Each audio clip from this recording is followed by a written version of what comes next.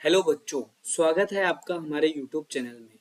बच्चों, आज की इस क्लास में हम कक्षा 9वीं के त्रैमासिक परीक्षा को ध्यान में रखते हुए एक सैंपल पेपर करने वाले हैं, जो कि आपके लिए बहुत ही आवश्यक इम्पोर्टेंट होने वाला है। तो आपको जैसे कि पता है कि आपकी जो परीक्षा है वो 27 अगस्त से होना निर्धारित है। तो इसको ध्यान में रखते हुए मैं बच्चों आपके लिए कक्षा 9वीं के विषय गणित का त्रैमासिक परीक्षा का एक सैंपल पेपर लेके आया हूँ, जो आपको परीक्षा जैसा मतलब परीक्षा में जैसा पेपर आने वाला है वैसा अनुभव कराएगा। तो यह क्लास आपके लिए बहुत ही महत्वपूर्ण है, इसे ध्यान से देखिएगा। तो बच्चों, शुरुआत करते हैं हम पहले प्रश्न के साथ। हमारा प्रश्न संख्या 1 है, सही विकल्प चुनकर लिखिए। पहला प्रश्न है, भाग संक्रिया में शेषफल का मान होता है। भाग संक्रिया में शेषफल का मान होता है। तो बच्चों, मैं आपको बता दूं कि ये जो भाग संक्रिया होती है, इसमें जो शेषफल का मान होता है ना, वो सदैव भाजक से कम होता है। तो यहाँ पे करेक्ट आंसर हो जाएगा आपका सदैव भाजक से कम होता है। अगला प्रश्न है, 4/9 की तुल्य भिन्न संख्या कौन सी है? ऑप्शन ए है 2/3। तो 4/9 के बराबर है क्या ये? आप बोलोगे नहीं।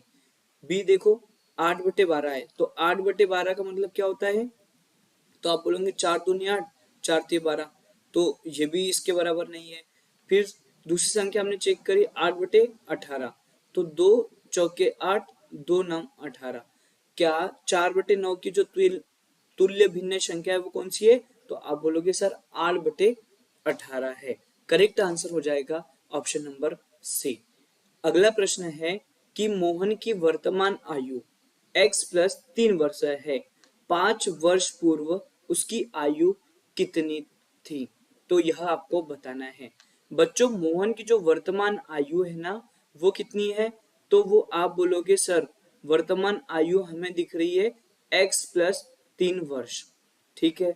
अब क्या बोल रहा है क्वेश्चन कि 5 वर्ष पूर्व मोहन की जो आयु है वो कितनी हो जाएगी? तो वर्तमान में अगर x+3 है, 5 वर्ष पूर्व मतलब 5 क्या कर देंगे? माइनस। इसका मतलब है x माइनस कितना हो जाएगा? 2 वर्ष। ये हो जाएगा इसका सही उत्तर। मतलब मोहन की वर्तमान आयु x+3 वर्ष है। 5 वर्ष पूर्व उसकी आयु कितनी हो जाएगी? x-2। यहीं पर अगर बच्चों आपसे 5 वर्ष बाद बोले तो आप ये जो वर्तमान आयु है ना, इसमें 5 जोड़ दोगे। ठीक है। अब अगला प्रश्न देखते हैं। हमारा अगला प्रश्न है कि 125 की घात माइनस का 1/3 दे के रखा है और इसका हमें मान निकालना है। ये हमारा प्रश्न है बच्चों। तो देखो, ऐसे क्वेश्चन को सॉल्व करने का सबसे अच्छा तरीका होता है कि जो हमारा 125 है उसके हमने गुणनखंड बना लिए। तो 125 के गुणनखंड क्या हो जाएंगे? तो 5 दूनी 10, पांचम 25, पांचम 25 और 5 एकम 5। मतलब 125 को हम 5 गुना 5 के रूप में लिख सकते हैं। क्या सही है ये? तो आप बोलोगे यस सर। अब 5 3 बार है तो हम 5 की घात क्या लिख सकते हैं? 3 लिख सकते हैं। पूरे की घात माइनस का 1/3 है। अब यहाँ पे क्या आपको एक घातांक नियम याद होगा, a की घात m हो और पूरे की घात n हो तो a की घात m इंटू n हो जाता है। बस इसी प्रकार हम इसको भी सॉल्व करेंगे। 5 की घात 3 है और पूरे की घात माइनस का 1 क्या है? 3। तो ये 3 से 3 ये कैंसिल हो गया। 5 की घात हमारी बची माइनस का 1।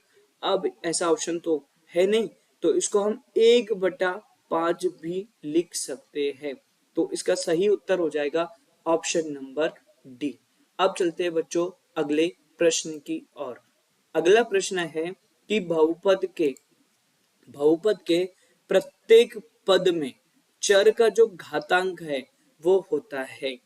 तो बच्चों, बहुपद के प्रत्येक पद में चर का जो घातांक है वो हमेशा क्या होता है? एक धनात्मक पूर्णांक होता है। क्या होता है? धनात्मक पूर्णांक होता है। तो इसका सही उत्तर क्या है?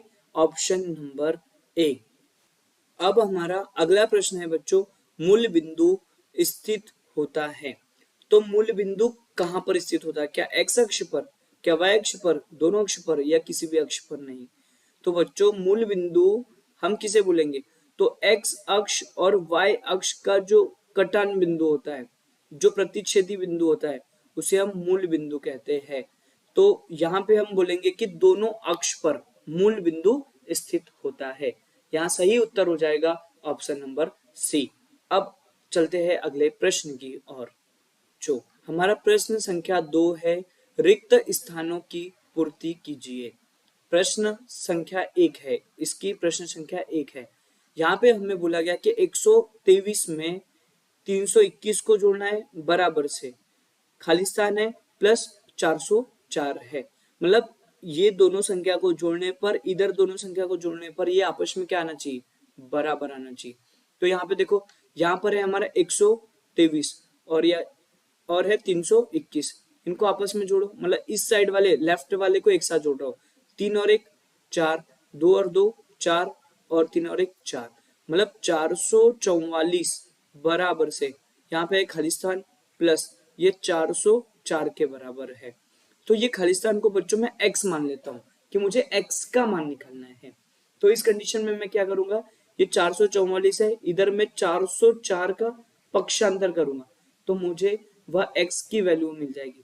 तो 4 में से 4 गया 0, 4 में से 0 गया तो 4, और 4 में से 4 गया तो 0। तो यहाँ पे हमारा उत्तर क्या हो जाएगा? आप बोलोगे सर x बराबर से 40, यहाँ पर अगर मैं रखूंगा तो ये लेफ्ट हैंड में जो है और जो राइट साइड में है, ये दोनों आपस में क्या हो जाएंगे?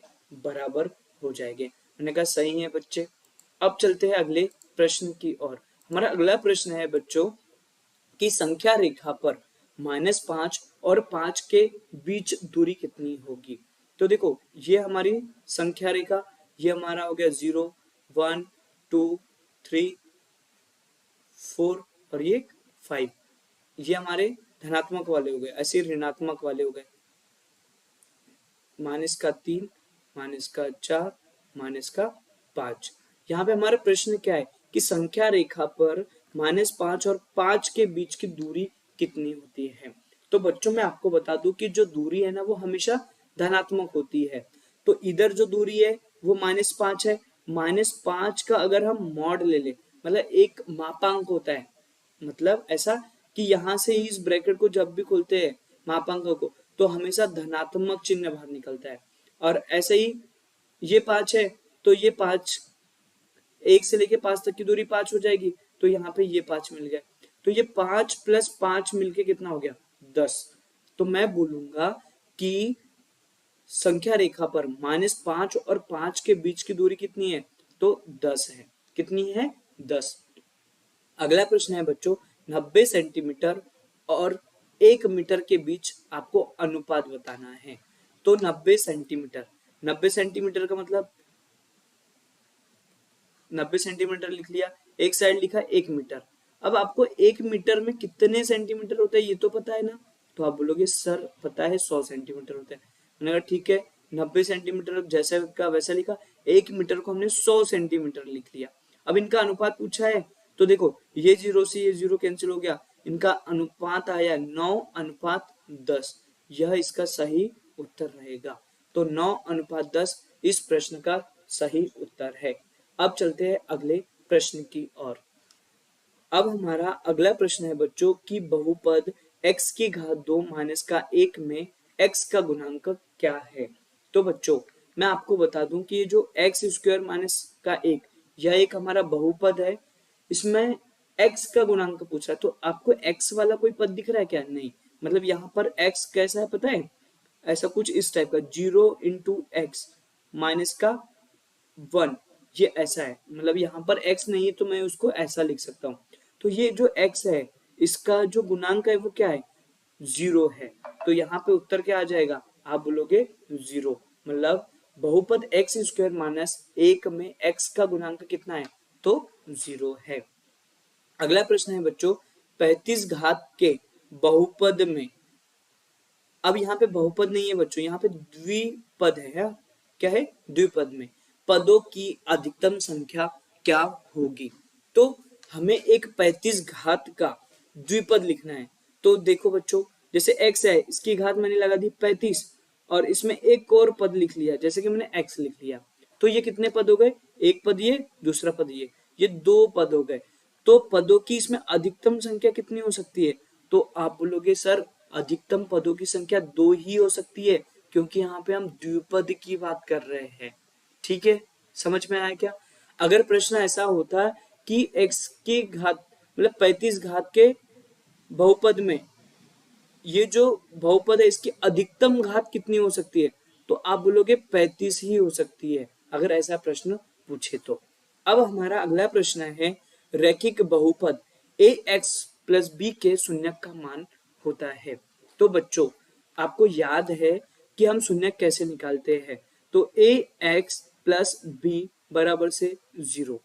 ये सबसे पहले शून्यक निकालने के लिए हम जो बहुपद दिया रहता है उसको 0 के बराबर रखते हैं। फिर यहाँ से x का मान निकालते हैं, तो हमने b का किया पक्षांतर, ये हो गया माइनस का b। x का मान कितना आ गया? तो आप बोलोगे माइनस का b बटे a। ये हमारा क्या हो गया? ये हमारा शून्य का मान हो गया। तो हमारा उत्तर क्या है? माइनस का b बटा a। यहाँ पे आपके लिए क्वेश्चन है बच्चों की 2x माइनस 3 का शून्यक क्या है? इसका शून्यक आपको कमेंट बॉक्स में जवाब देना है।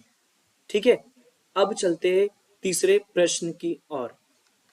अब बच्चों हमारा प्रश्न संख्या 3 है कि निम्नलिखित के लिए सत्य असत्य लिखिए। तो पहला प्रश्न है कि 0 एक धनात्मक पूर्णांक है। तो बच्चों मैं आपको बता दूं कि ये जो 0 होती है ना, ये तो ना धनात्मक पूर्णांक है ना ही ऋणात्मक पूर्णांक होती है। तो इसका सही जवाब है, क्या 0 एक धनात्मक पूर्णांक है? तो आप बोलोगे नहीं सर, तो इसका सही उत्तर क्या हो जाएगा? असत्य हो जाएगा। अब है सेट स्क्वायर द्वारा 45 डिग्री का कोण बनाया जा सकता है। तो ये जो सेट स्क्वायर होता है बच्चों वो कुछ इस टाइप का होता है। आपने देखा भी होगा कंपास बॉक्स में, कभी उसका यूज तो नहीं किया होगा लेकिन देखा तो जरूर होगा। तो ये कुछ इस टाइप का होता है वो।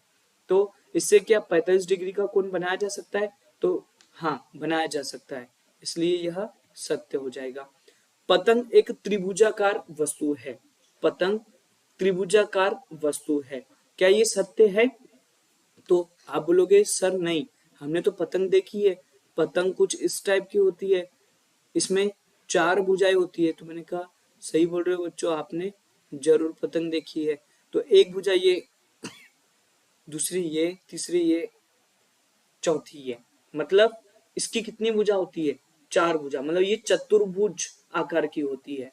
तो ये क्या हो जाएगा? असत्य हो जाएगा हमारा। मतलब पतंग एक त्रिभुजाकार नहीं होके क्या होती है? एक चतुर्भुज आकार की होती है। ठीक है, अब हमारा प्रश्न है, प्रत्येक प्राकृत संख्या एक परिमेय संख्या होती है। तो बताइए, प्राकृत संख्या आपको पता है ना, नेचुरल नंबर, ऐसी संख्या जो 1 2 3 से प्रारंभ होती है, अनंत तक जाती है। और परिमेय संख्या, परिमेय संख्या क्या होती है? तो ऐसी संख्या जिसे हम क्या p बटे q के रूप में लिखते हैं, और q जहां पे बराबर नहीं होता है 0 के। तो ऐसी संख्या को हम परिमेय संख्या कहते हैं। तो क्या बच्चों ये जो सभी प्राकृत संख्या है ये परिमेय संख्या हो सकती है? तो आप बोलोगे सर प्राकृत संख्या 1 2 3 ऐसी होती है, इसके बट्टे में कुछ नहीं तो हम एक एक लिख देते हैं, इससे कोई फर्क नहीं पड़ेगा। तो ये क्या हो जाएगी? प्राकृत संख्या परिमेय संख्या हो जाएगी। तो सही है बच्चों, आपका जो जवाब है वो सही है कि प्रत्येक प्राकृत संख्या क्या होती है? परिमेय संख्या होती है। अगर इसका उल्टा पूछता कि प्रत्येक परिमेय संख्या क्या प्राकृत संख्या होती है, तो इसका जवाब आता है नहीं। ठीक है, अब चलते हैं अगले प्रश्न की ओर। हमारा अगला प्रश्न है बच्चों कि अशून्य अचर बहुपद की घात शून्य होती है। तो अशून्य अचर बहुपद देखा है कभी? तो आप बोलोगे नहीं सर, तो आपने 5 देखा है? 5 के गुणांक में कुछ नहीं तो 1 ऐसा लिख सकते हैं अपन, और 1 को क्या x की घात 0 लिख सकता हूँ? तो आप बोलोगे यस सर। तो ये जो है वो अशून्य अचर बहुपद है, और इसकी घात कितनी है? शून्य है, तो ये भी क्या हो जाएगा, सत्य हो जाएगा। मतलब अशून्य अचर बहुपद की घात क्या है, शून्य होती है। सत्य सत्य का अंतिम प्रश्न है, बिंदु 2,3 और बिंदु 3,2 संपाती होते हैं। तो आपको संपाती का मतलब होता है कि एक रेखा है, उसी में दूसरी रेखा निहित है, तो उसको हम बोलते हैं संपाती। यदि यहाँ पे सम्मित होता ना, तब भी इसका उत्तर सत्य होता, और संपाती है तब भी सत्य है। क्यों? क्योंकि एक्स वाई बराबर होता है वाई एक्स में, मतलब एक्स वाई के जो पॉइंट है वो वाई एक्स में निहित होते हैं।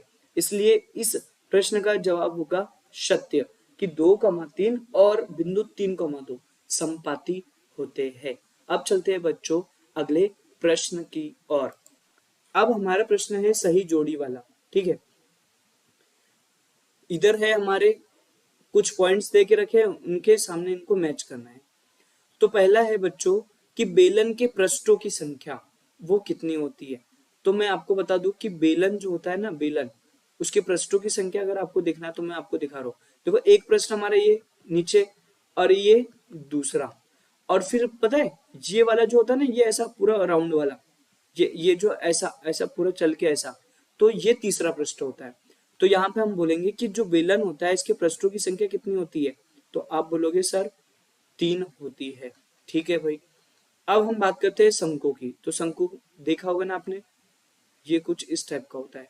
आइसक्रीम कोन देखा होगा।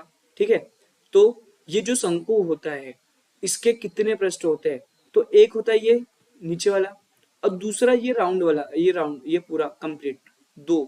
तो यहाँ पर सही उत्तर हो जाएगा कि शंकु के कितने पृष्ठ होते हैं, तो आप बोलोगे शंकु के 2 पृष्ठ होते हैं।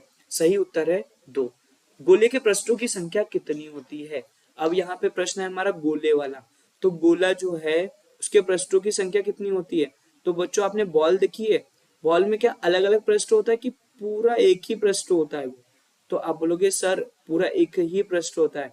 इसलिए इसका सही उत्तर क्या हो जाएगा, ये हो जाएगा, क्या हो जाएगा, गोले के पृष्ठों की संख्या 1 होती है। मैंने कहा ठीक है बच्चों। अब हम बात कर रहे हैं एक्स अक्ष पर स्थित बिंदु क्या होता है। तो एक्स अक्ष पर स्थित बिंदु कौन सा होता है, तो यहाँ पर देखना है। तो सबसे पहले मैं बता दूं आपको कि एक्स अक्ष पर जो बिंदु के निर्देशांक होते हैं वो x,0 होता है, मतलब x का मान रहेगा, y 0 रहेगा। क्या ऐसा ऑप्शन आपको दिख रहा है, तो आप बोलेंगे यस सर हमें 7,0 दिख रहा है। ये वाले ऑप्शन को बच्चों 7 कर लेना। ठीक है। अब हमारा प्रश्न है y अक्ष पर स्थित बिंदु। तो y अक्ष पर जो स्थित बिंदु होते हैं उसके निर्देशांक हमारे क्या होते हैं, तो आप बोलोगे सर इसमें x वाला 0 y पद होता है, मतलब 0, y होता है। तो इसका सही उत्तर क्या हो जाएगा, पांचवे वाला का y अक्ष पर स्थित बिंदु, तो ये हो जाएगा बच्चों 0,7। क्या हो जाएगा, 0,7 हो जाएगा। अब हमारा अंतिम प्रश्न है सही जोड़ी का, कि दोनों अक्ष पर स्थित बिंदु कौन से हैं। तो बच्चों आपने अभी इससे पहले भी क्वेश्चन देखा था कि दोनों अक्ष पर स्थित बिंदु क्या होते हैं, तो वो मूल बिंदु होता है, मूल बिंदु। तो 0,0 इसका सही उत्तर हो जाएगा, मतलब इसका सही उत्तर क्या हो गया, 0,0। ये हमारा छठवें वाले ऑप्शन का सही उत्तर है। ठीक है बच्चों, समझ में आ गया ना। ये 0,7 किसका है, तो ये पांचवे वाला का है, और ये 7,0 किसका है, तो ये चौथे वाला का है। ठीक है, और ये 7,7 ये दोनों अक्ष पर नहीं है, ये आपको मैं बताता हूँ। देखो यहाँ पे y वाला कहीं 7 है, यहाँ पे x वाला कहीं 7 है, तो ये बिंदु ये तल हमारा ये वाला है, तो ये प्रथम चतुर्थांश में स्थित है। ठीक है बच्चों, प्रथम चतुर्थांश में स्थित है। अब चलते हैं अगले प्रश्न की ओर। अब बच्चों हमारा अगला प्रश्न है प्रश्न संख्या 5। एक शब्द या एक वाक्य में हमें उत्तर देना है। हमारा पहला प्रश्न है कि 2.4 को भाग करना है 1.2 से, तो इसका हमें मान बताना है। मतलब 2.4 को भाग करना है 1.2 से, तो इसको कैसे सॉल्व करेंगे बच्चों। आपको पता है ना कि दशमलव हटाते हैं तो नीचे कुछ लगाते हैं, तो यहाँ पे एक संख्या के आगे दशमलव है, तो हम इसको 24 बटे क्या लिख सकते हैं, एक संख्या के आगे है इसलिए हम 10 लिखेंगे। अगर दो संख्या के आगे रहता तो हम 100 लिखते। ठीक है ना। ऐसे देखो यहाँ पे 1.2 है, मतलब इसका अगर मैं दशमलव हटाऊं तो 12 लिखूंगा, और ऊपर लिख दूंगा इसका 10, क्योंकि यहाँ से नीचे से हमने दशमलव हटाया तो हमने ऊपर 10 लिखा, और ऊपर से हटाया तो नीचे 10 लिखेंगे। ये वाले 10 से ये वाला 10 क्या हो गया, कैंसिल हो गया।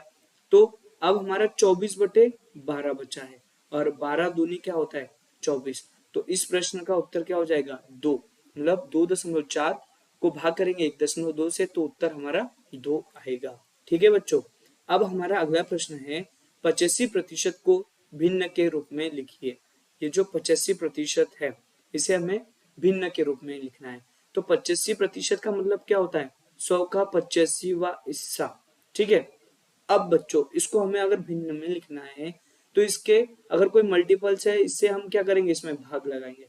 तो देखो 5 एकम 5, 5 7 35, 5 दूनी 10, तो 2 और 0 मिलके हो गया 20। 17 बटे हमारा क्या उत्तर बचा 20। मतलब 85% को भिन्न के रूप में लिखिए, तो इसका सही उत्तर क्या हो जाएगा 17/20। क्या यह प्रश्न आपको समझ में आया? तो आप बोलोगे यस सर, तो मैं बोलूंगा चलो अगले प्रश्न की ओर।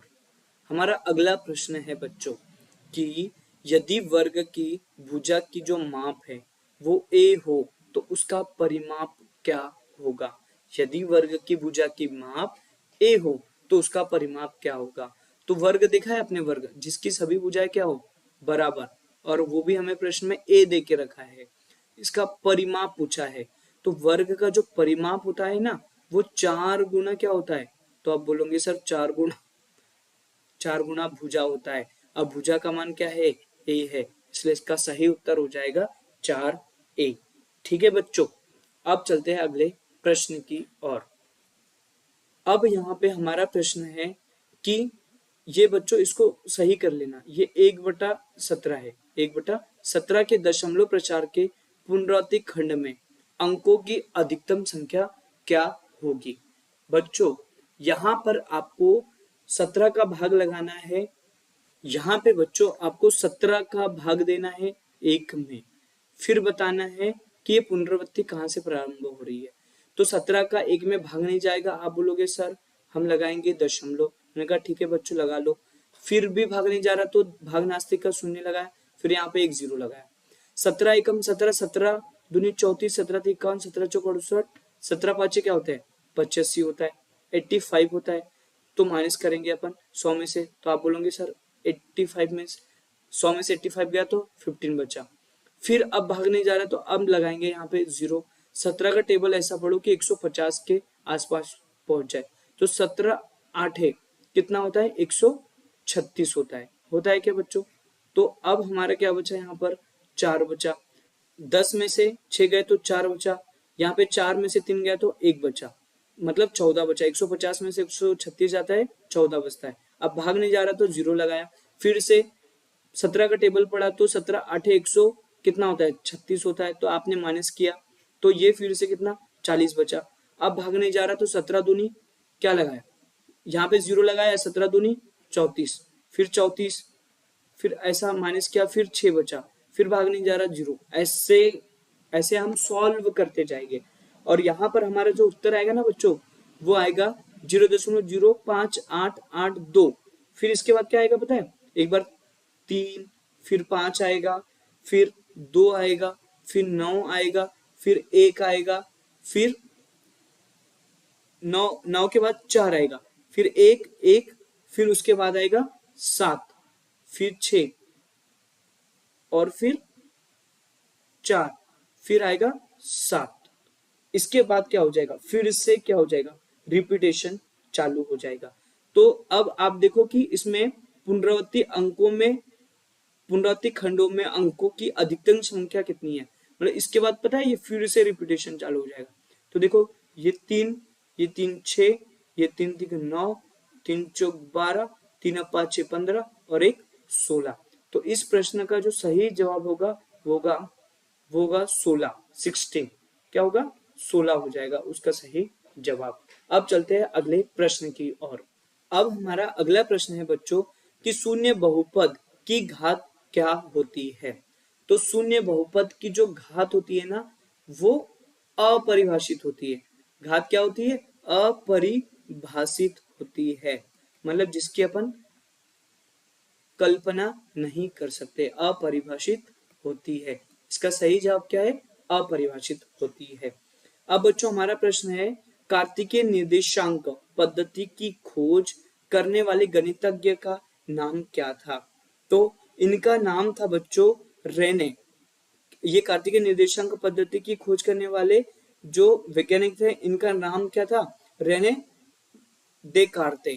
क्या था? Rene Rene देकार्ते।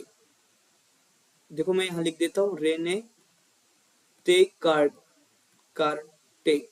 या फिर इसको रेने डेस्कार्टेस भी बोला जाता है। ये उसका नाम है। ठीक है, अब ये वाला रेने देकार्टे याद रखना, ये इसका सही जवाब है। ठीक है बच्चों, जो आपकी बुक में लिखा है। अब बच्चों अगले पार्ट में हम करने वाले हैं इससे आगे के प्रश्न।